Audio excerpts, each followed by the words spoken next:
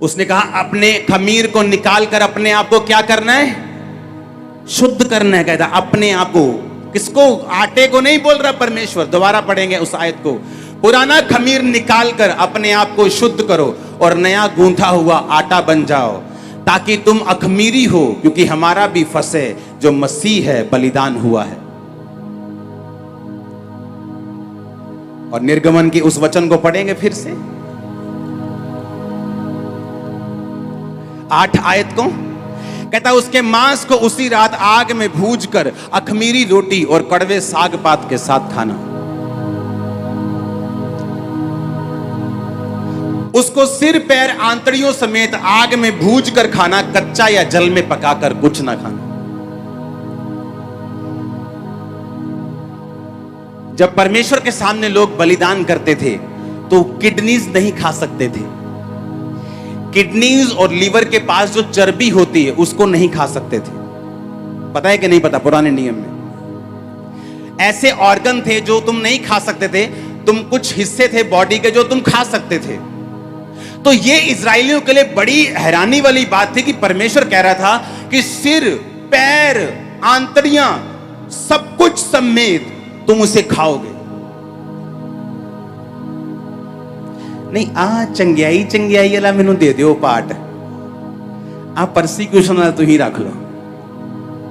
हाँ, आ healing healing वाला मैनू दे दियो, और विरोध वाला ना ये तू ही रखो। आ लैन वाला मैनू दे दियो ते बोन वाला तू ही रख लो। परमेश्वर ने कहा ऐसे छुटकारा नहीं होगा। जब तुम मेमना खाओगे तुम्हें उसका सिर, उसके पैर, उसकी आंतड़ियां समेत और आग में भूनकर, ये एक प्रोफेसी थी कि जब यीशु मसीह की कुर्बानी होगी वो एक आम कुर्बानी नहीं होगी, बल्कि उसे पूरी तरह से फायर में से होकर गुजरना पड़ेगा, ताकि वो वचन पूरा हो कि प्रभु यीशु मसीह ने, उन्होंने कहा था कि मैं तुम्हें पानी से बपतिस्मा देता हूं, पर मेरे बाद आएगा वो तुम्हें पवित्र आत्मा और आग से बैप्टाइज करेगा। उसने कहा वो तुम्हें पवित्र आत्मा और आग से बपतिस्मा देगा। पता है क्यों? उसने वो आग से लिया था, इसलिए तुम्हें वो देगा। आज हर एक जन जो इस छत के नीचे मौजूद है पवित्र आत्मा की अग्नि के साथ बपतिस्मा लेके वापिस आ रहा है यीशु मसीह के नाम में। हालेलुया, ऊंचा और लंबा ये ब्लेसिंग तुम्हारी है। उसने कहा कि तुम यीशु मसीह जब तुम मेमने को खाओगे तो उसे आग में भूज कर खाना, क्योंकि ये एक प्रोफेसी होगी कि प्रभु यीशु मसीह अग्नि के जैसे परीक्षा में से निकलकर तुम्हें स्वीकार करना पड़ेगा। और उसे सिर पैर आंतड़ियां, लोग बोलते थे अच्छा ये तो खाने में मना किया है, हम तो चर्बी नहीं खा सकते, किडनी नहीं खा सकते, ये अंग नहीं खा सकते, वो अंग नहीं खा सकते, परमेश्वर ने हमें कुछ कुछ चीजें खाने के लिए मना किया। परमेश्वर ने कहा नहीं, ये मेमना वो नहीं जो तुम मीट की तरह खाते हो, ये मेमना मेरा बेटा है प्रभु यीशु मसीह। तुम्हें पूरा का पूरा लेना पड़ेगा इसको।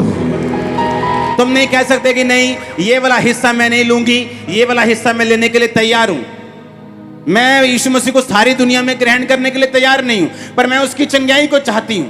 मैं ये काम करने के लिए तैयार नहीं हूं, पर मैं बरकत को चाहता हूं। मैं चाहता हूं मेरा बेटा नशे छोड़ दे, पर ये वाला काम मुश्किल है। परमेश्वर ने कहा तो छुटकारा नहीं होगा। इसीलिए क्रिश्चियनिटी में जो रियल छुटकारे वाले लोग हैं, जिन्होंने खुद छुटकारा लिया है, अपने परिवार के अंदर छुटकारे को ट्रांसफर किया है, लाखों लोगों को छुटकारे के अंदर भेजा है, वो लोग हैं जिन्होंने पूरी तरह से परमेश्वर के वचन को माना है और चले हैं वचन के ऊपर। आमीन। उसने कहा जब तुम मेमना खाओ तो अखमीरी रोटी और कड़वे साग पात के साथ खाना। यानी जब तुम यीशु मसीह को ग्रहण करो, अपने आप से खमीर को निकाल देना, जो गंदगी तुम्हारे अंदर है उसे निकाल देना, नया गूंथा हुआ आटा अखमीरी बन जाना और उसे कड़वे साग पात के साथ खाना, उसे परसिक्यूशन के साथ खाना। सताव आए तो डरना मत। जितने मसीह के साथ भक्ति में जीवन बिताना चाहते हैं वो सब सताए जाएंगे, तुम परवाह मत करना, क्योंकि उसके आगे एक ऐसा छुटकारा है जो तुम्हें कोई नहीं दे सकता। वो छुटकारा मैं तुम्हारा होता हुआ देख रहा हूं, वो छुटकारा मैं तुम्हारे परिवारों का होता हुआ देख रहा हूं, वो छुटकारा मैं तुम्हारे फाइनेंस का होता हुआ देख रहा हूं। Hallelujah, hallelujah, hallelujah. उसे आग में भूज कर खाना, कच्चा मत खाना, जल में पकाकर कुछ नहीं खाना। अरे परमेश्वर को क्या इंटरेस्ट है तुम कैसे खाते हो, लेकिन वो कुछ मैसेज दे रहा था आपको कि यीशु मसीह उस फायर के बपतिस्मे से होकर निकलेगा, उस परीक्षा की आग में से होकर वो जाएगा। और इसलिए यूहन्ना ने कहा था मैं तुम्हें पानी से बैप्टाइज करता हूं, पर मेरे बाद एक आने वाला है, वो तुम्हें पवित्र आत्मा और आग से बपतिस्मा देगा। ओ जीसस, हालेलुया, हालेलुया, हालेलुया। अब तुम अपने आप की पिक्चर देखो, वो निर्दोष मेमना और कोई नहीं। इस दुनिया में कोई निर्दोष नहीं सिवाय यीशु मसीह के।